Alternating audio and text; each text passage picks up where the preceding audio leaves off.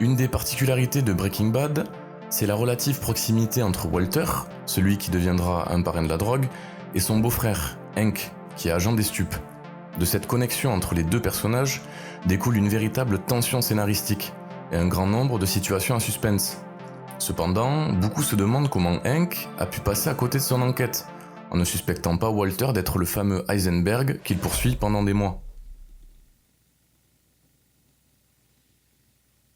To WW, my star, my perfect silence. WW.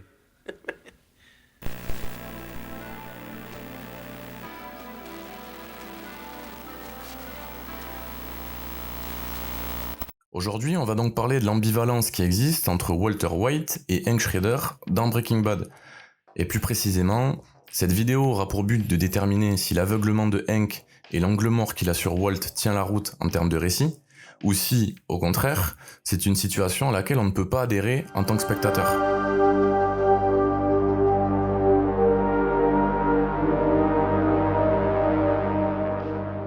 Pour comprendre pourquoi Hank ne coince Walt qu'à la fin de la série, il faut déjà faire l'inventaire de tous les indices qu'il a eus, afin de se mettre à sa place et d'imaginer ce qui se passait dans sa tête pendant l'enquête.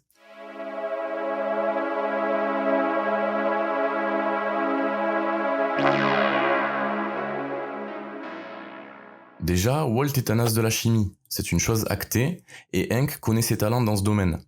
Ensuite, par ordre chronologique, on peut dénombrer un certain nombre d'indices qui auraient pu lui mettre la puce à l'oreille. Au début de la série, les fédéraux retrouvent un masque à gaz dans le désert, après la fournée de Walt et Jesse, et ils font le lien jusqu'à l'école où Walt travaille, école dans laquelle Hank s'aperçoit qu'il manque du matériel de chimie et bizarrement de quoi faire une jolie mixture de méthamphétamine. Peu de temps après, Walt et Jesse volent un baril de méthylamine devant une caméra de surveillance, mais la vidéo est de trop mauvaise qualité pour y voir quelque chose. Hank apprend aussi que Walt est peut-être en possession d'un second téléphone. Quand Badger se fait arrêter par le flic sous couverture, et que Saul arrange l'arrestation du faux Heisenberg, Badger se trompe de mec, et le plan est mis en péril. Voyant ça, Walt débarque soudainement devant la voiture de Hank, et le distrait le temps que Jesse prévienne Badger qu'il est en train de parler au mauvais gars. On peut aussi évoquer le moment où Hank soulève le sac de Walt, anormalement lourd, et qu'il demande ce qu'il y a dedans. Ce à quoi Walt répond avec un sang-froid remarquable et une sacrée paire de couilles qu'il y a $1 demi-million en cash. Dans la saison 3, Hank se rapproche de Walt et Jesse en enquêtant sur le camping-car. Et quand on pense qu'il a enfin réussi à les coincer, Walt ordonne à Saul d'appeler son beau-frère et de se faire passer pour la police, en indiquant que Mary s'est blessée dans un accident de voiture. Malheureusement pour lui, notre bon vieil Hank au grand cœur choisit d'accourir le plus vite possible à l'hôpital plutôt que d'attendre le mandat de perquisition du camping-car. Camping-car qui sera réduit en cube juste après. On peut rajouter à ces indices le comportement de Lionel, un des jumeaux Salamanca, quand il voit Walter à l'hôpital, l'accident de voiture que Walt provoque quand Hank lui charge de l'amener à la blanchisserie, ou encore, évidemment, quand Hank tombe sur le cahier de Gale et qu'il cherche la signification des initiales WW, écrites par l'ex-assistant de Walt. Peut-être qu'il a même un léger doute à ce moment-là. J'ajouterai à ça, de manière générale, le comportement de Walt assez changeant et la relation présumée qu'il a avec Jesse. Enfin, un dernier élément qui aurait pu mettre Hank sur la voie, c'est le discours de Merkert, son boss, qui lui parle de Gus en disant qu'il avait déjà invité à un barbecue et qu'il l'avait finalement juste sous son nez, ce qui peut vaguement nous rappeler quelque chose.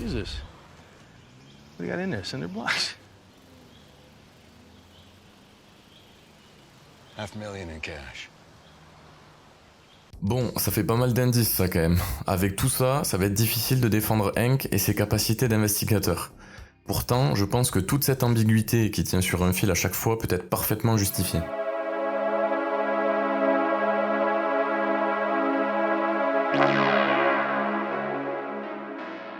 Premièrement, il y a le cancer. C'est le déclic qui fait naître Heisenberg, mais c'est aussi une sacrée bonne excuse pour avoir quelques sautes d'humeur, je pense. Hank sait que Walt a un cancer des poumons très tôt dans la série. Il peut donc tout à fait imaginer que son comportement changeant est dû à la colère et la peur suite à l'annonce de sa maladie.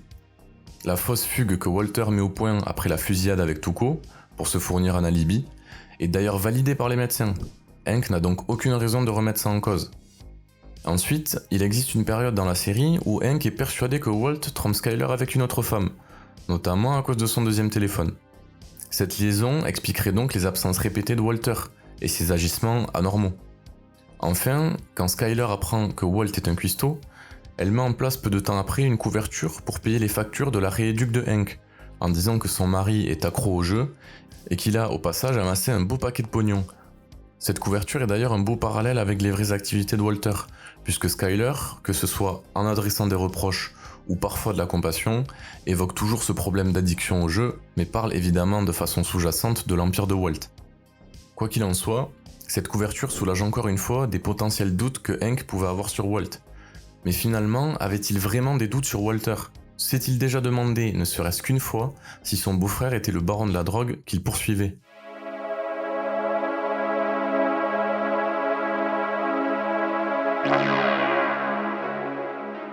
Pour moi, la réponse est non. À mon sens, la véritable raison qui fait que Hank est passé à côté d'Eisenberg, c'est la vision qu'il avait de Walt. Déjà, il le sous-estime grandement, comme la plupart des personnages de la série. D'ailleurs, Walter se sort de certaines situations en disant la vérité, comme pour le sac de fric ou pour les initiales. Néanmoins, comme du point de vue ça paraît invraisemblable, ça fait mouche et ça l'innocente, ça passe pour une simple blague. C'est donc le génie de Walt qui le sort parfois de certaines situations compliquées. Si on s'attarde sur la scène du WW, on peut remarquer que Walter corrige même la prononciation de Hank. C'est subtil, mais c'est un détail qui rend Walt encore plus crédible et qui le place dans une situation de force par rapport à Hank. L'agent des stupes le voit donc tout au long de la série comme un professeur de chimie, certes très intelligent et cultivé, mais inoffensif, ennuyeux et ringard. À aucun moment, il ne le pense capable de diriger un empire de la meth. Le truc c'est que Hank voit toujours Walter, alors que sous Walter se cache Heisenberg. Wow, c'était bizarre cette formulation. Il est d'ailleurs extrêmement choqué quand il apprend qu'il fume de l'herbe. Alors que Walt dirige le plus gros labo de meth du sud des États-Unis ou qu'il commandite des assassinats en prison, ce n'est même pas concevable pour lui.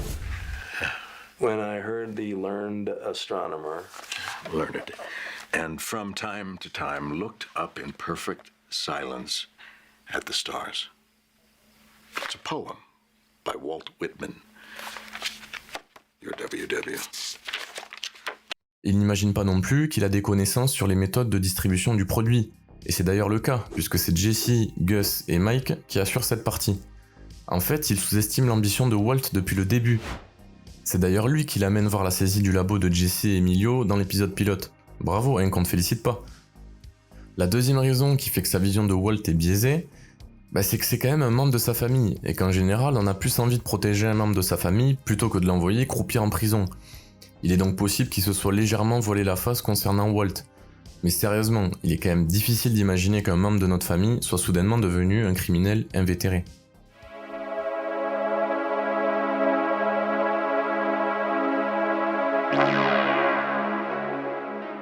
En premier lieu, on pourrait vivement critiquer le scénario, et se dire que Hank aurait dû comprendre assez vite. Pourtant, avec les éléments que j'ai évoqués, je pense que c'est totalement compréhensible que Hank n'ait compris que trop tard l'implication de son beau-frère dans toute cette affaire.